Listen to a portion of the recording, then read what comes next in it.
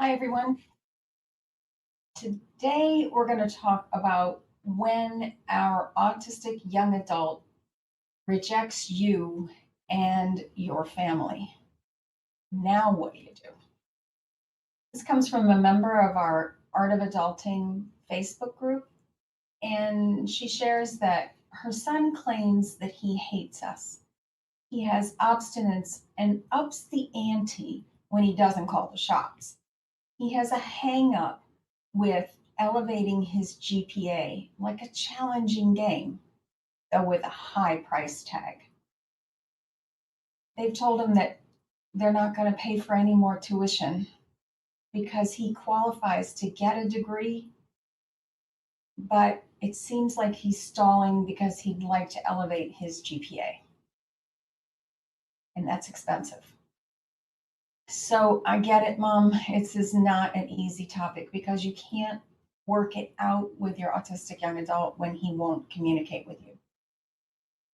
Let's still, though, remind ourselves that what we're trying to accomplish here is to encourage our high school graduates to practice the set of mental tools that help them manage their thoughts, their emotions, and their actions so they can achieve goals set by them for them.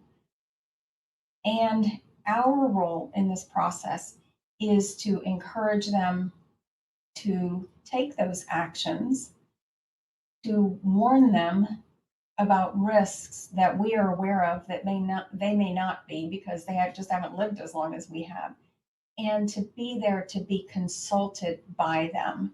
So we want to hopefully be a place where they feel seen, safe, soothed, and secure so that they can have a conversation with us about whatever they're struggling with.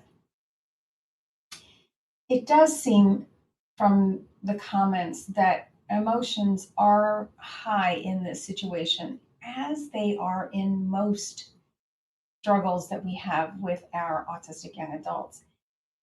I love this quote from Bill Nasson. He was the author of this amazing website, the Autism discussion page. He's now retiring, or maybe he has actually retired. But if you go there, you're going to find just an incredible resource. He wrote about his experiences more than 30 years helping autistic people. And he understands so much about what happens in our family dynamic when we're trying to solve these problems together. So I get it when he says there are lots of intense emotions running on around here.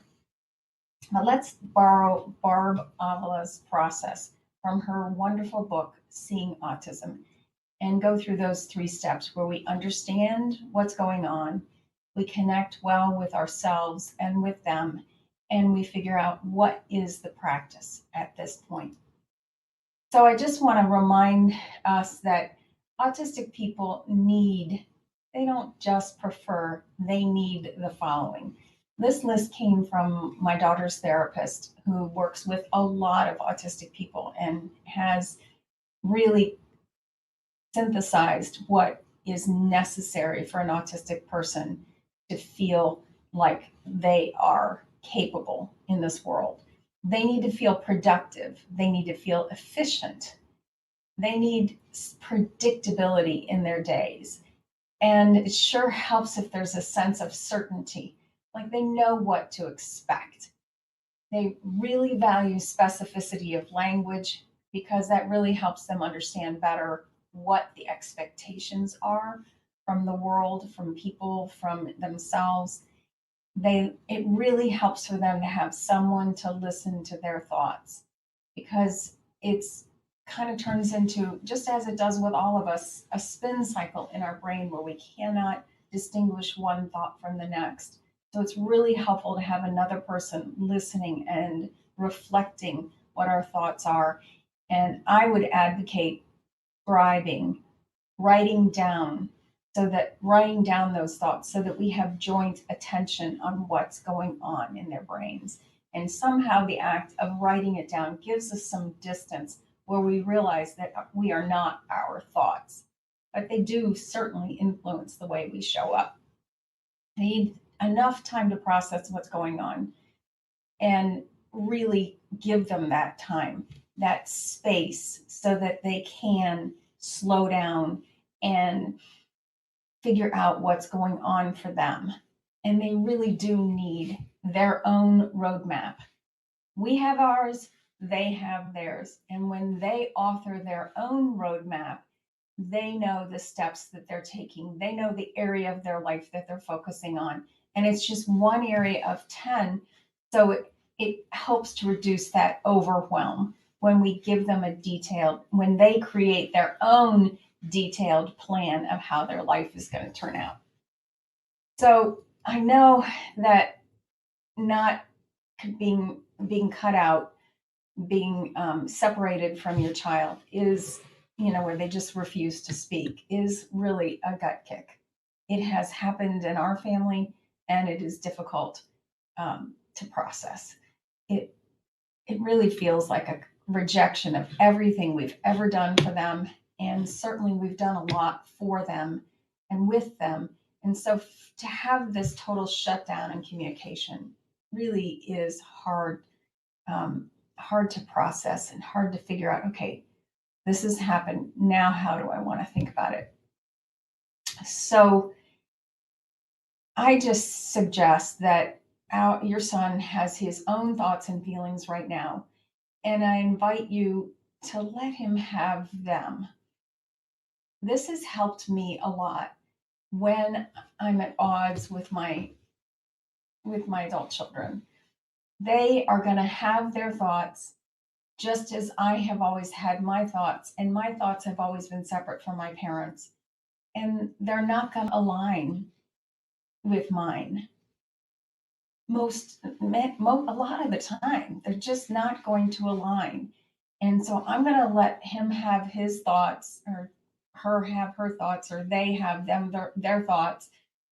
And when I hear what they're saying, I'm going to say, okay, those are their thoughts. Good to know. Better to know than not know what their thoughts are.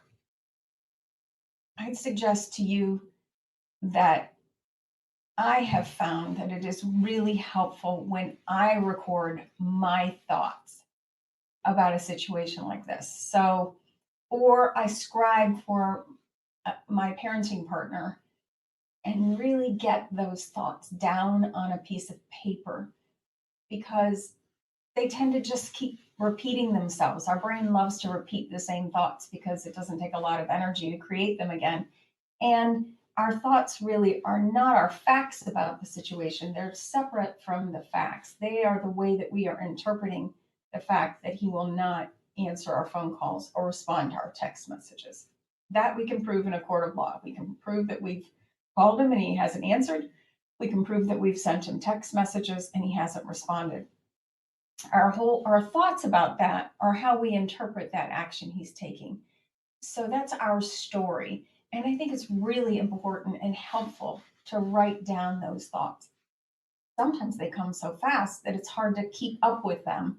In that case, I would recommend using a tool, a voice to text tool, to just speak someplace privately. I don't know, in your bathroom with the shower going, in the fan, so that no one overhears you, but you can speak into your phone and get those thoughts out of your head in a transcription some way. My favorite tool is otter.ai. Having those thoughts then helps us to understand, okay, here's what we're feeling. And when this happened in our family, I felt rejected. Okay, so rejected, there's the name of it. Okay, where is it in my body? I can feel it going up at the back of my neck. It's like I'm pushed back. I don't know, my chest, it's like almost frozen. It's like, what is going on? It's like this block of ice that inside of me that I can't thaw. And yet when I sit with that feeling of rejection, I notice that it will fade after about a minute and a half. If I'm willing to just have that one sentence, he has cut us off. Okay, that makes me feel rejected. Just that one sentence, not all the other stories, just stay with that one sentence. Because if we think of all the other stories, we're going to have more feelings that are going to be created by our thoughts. So let's just stay with that one, he has cut us off. I'm feeling rejected. And I think you'll find it's really helpful that if we just let it sit with it and describe how it feels in our body and picture how it is happening inside of our body. What color is it? To me, it's the color of ice. It's just, what? Ah. And I remind myself to say, this feeling is caused by sentences in my body, in my mind, by my sentence in my mind. This is caused by a sentence. He cut us off, rejected. Okay. Then I stay with that feeling until it fades. And wow, if I can do that, then I can figure out, okay, if that's what's going on with me, then I need to figure out where my thinking is. What's causing all of this? So that's the practice. The practice becomes, finding the thoughts and deciding where I want my thoughts to take me. So we've all heard this poem, God grant me this serenity. Okay, that's a feeling. If I want to feel serene, I need to create a sentence that makes that happen inside my body. To accept the things I cannot change, the courage. Okay, when I'm feeling courageous, that's a different feeling. What is the sentence I need for that? To change the things I can, and the wisdom when I'm feeling wise and centered, and I feel really like I've taken all the lessons in life and I'm applying them here. I've extrapolated what I can from my life, and I'm going to use that knowledge to respond the way that I want to so that I create the result that I want. And that I'm using the steer map in this process. That I'm looking at, okay, he stopped at just the facts. He doesn't answer our calls. He doesn't respond to our texts. My thought is he's cut us off. My emotions are rejected. My actions are, I create a whole story around why this is happening. And I do have some facts about what I've noticed happening. So, my story is informed, but it is, I'm kind of spinning in that story because it really bothers me that this is happening. And so the result is I'm kind of stuck. I don't know what to do next. Good to know. That's what's happening. And then if we take the time to take on his perspective, what if we were going to create a steer map for him? What would it be like? All right, so based on the facts that I know, the facts would be they said these words, we're not paying for any more classes. My thought was they're not providing what I need. I need to take the next class to raise my GPA. And his emotion when he has that is, I don't know, betrayal, anger for sure, very uncomfortable anger.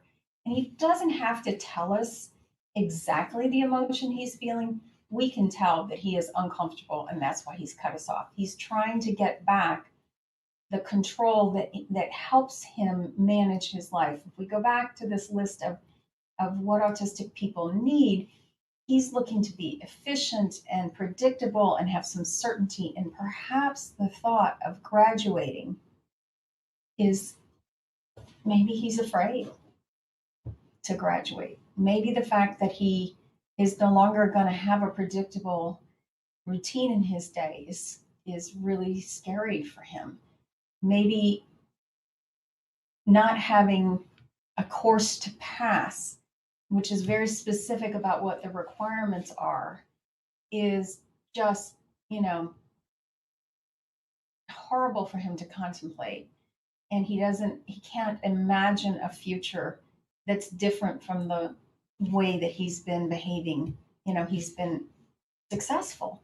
I mean, he has been successful. You say he's gotten enough credits to get a degree. And right now, instead of focusing on the next step in his life, like what can I do with this degree, he's focusing on what can I do to raise my GPA. Interesting and so helpful if we can take that steer map and map out how he may be processing the facts that are happening in his life. And sometimes this is all that we can do. We have to accept that that's where he's going to be for a while. And he's going to have those thoughts for a while, and he just may not communicate with us for a while.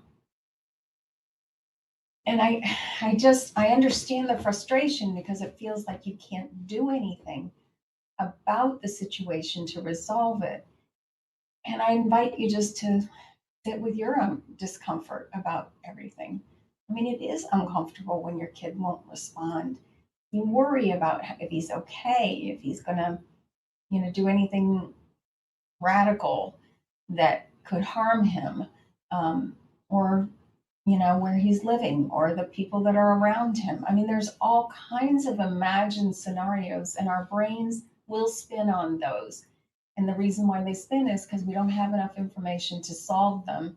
And our brain, this amazing problem solving tool that it is, really can spin when it imagines a future because there's so many different possibilities.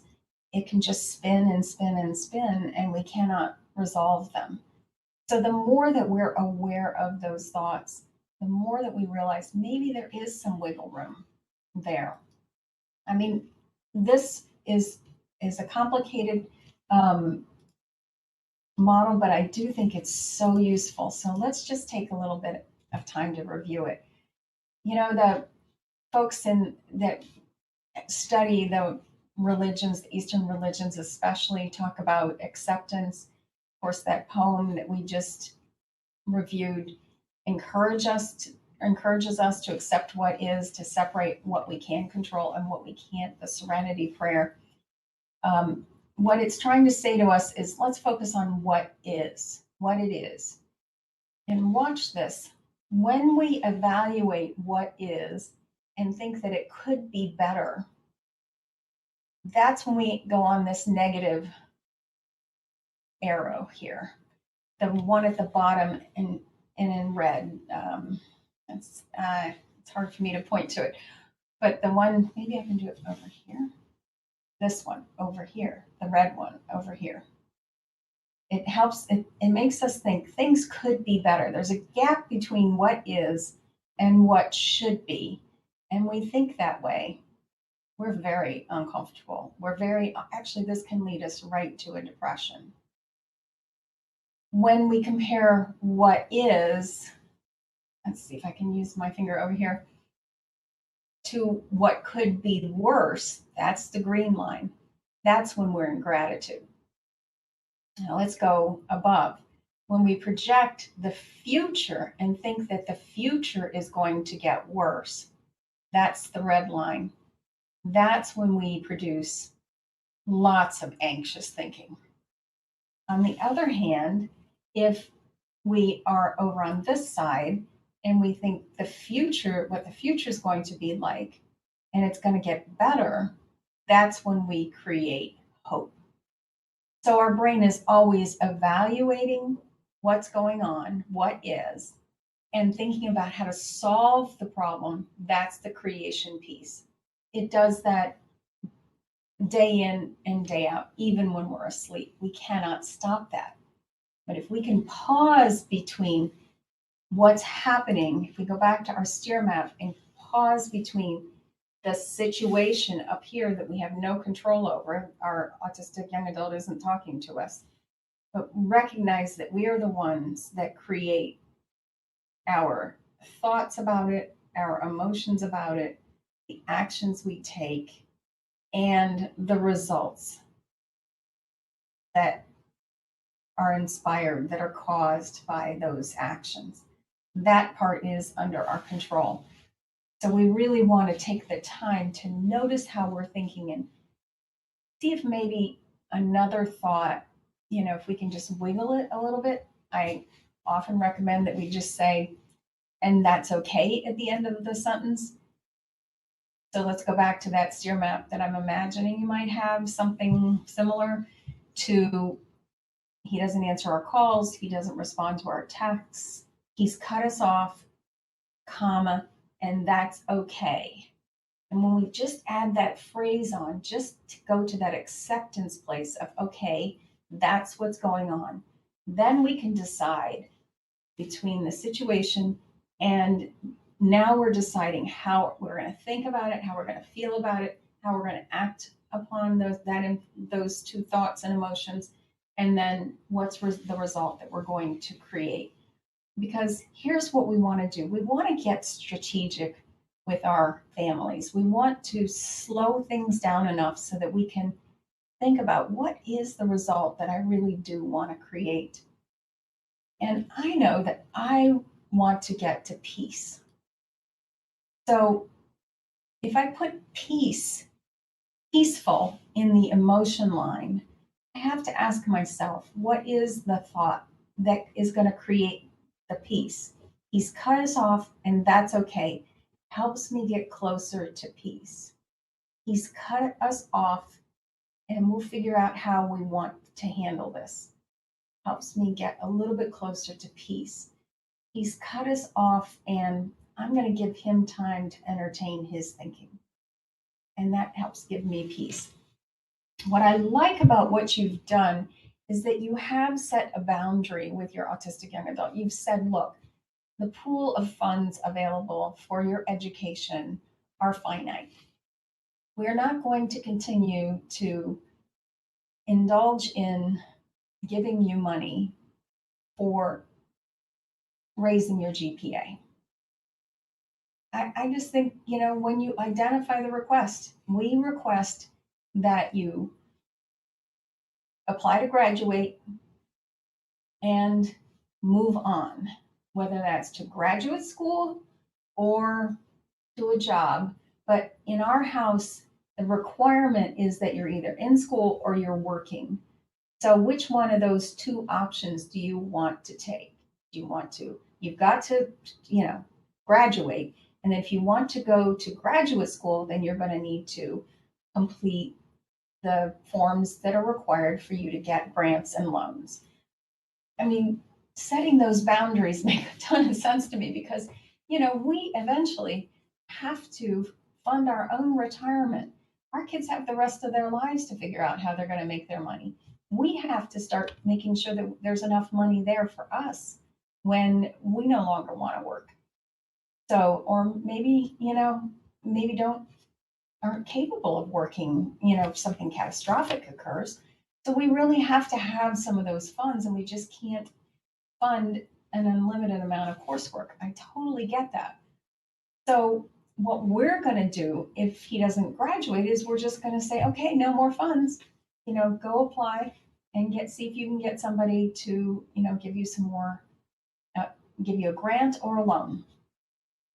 And when he comes back, which I predict he will, when he learns that he is really self-funding himself, his education now, we have to just say up front, listen, when you have enough credits to graduate, we are not going to fund your undergraduate degree any longer. And follow through with that boundary. I think you've done the right thing. It's just now we have to wait and see. And it's uncomfortable because we sure would like to get this resolved.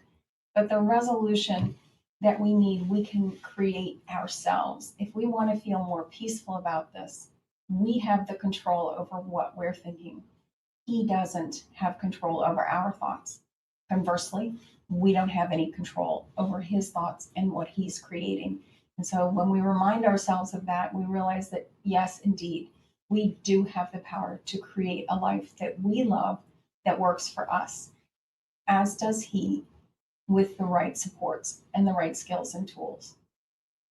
So if you'd like a transcript of this video, please feel free to go to my blog at that address, and please consider joining the Art of Adulting. This is where we really understand the concepts that help us create a life we love, and we practice them. And we always practice them with an eye toward how are we going to encourage our autistic young adults to practice these as well. Bye for now.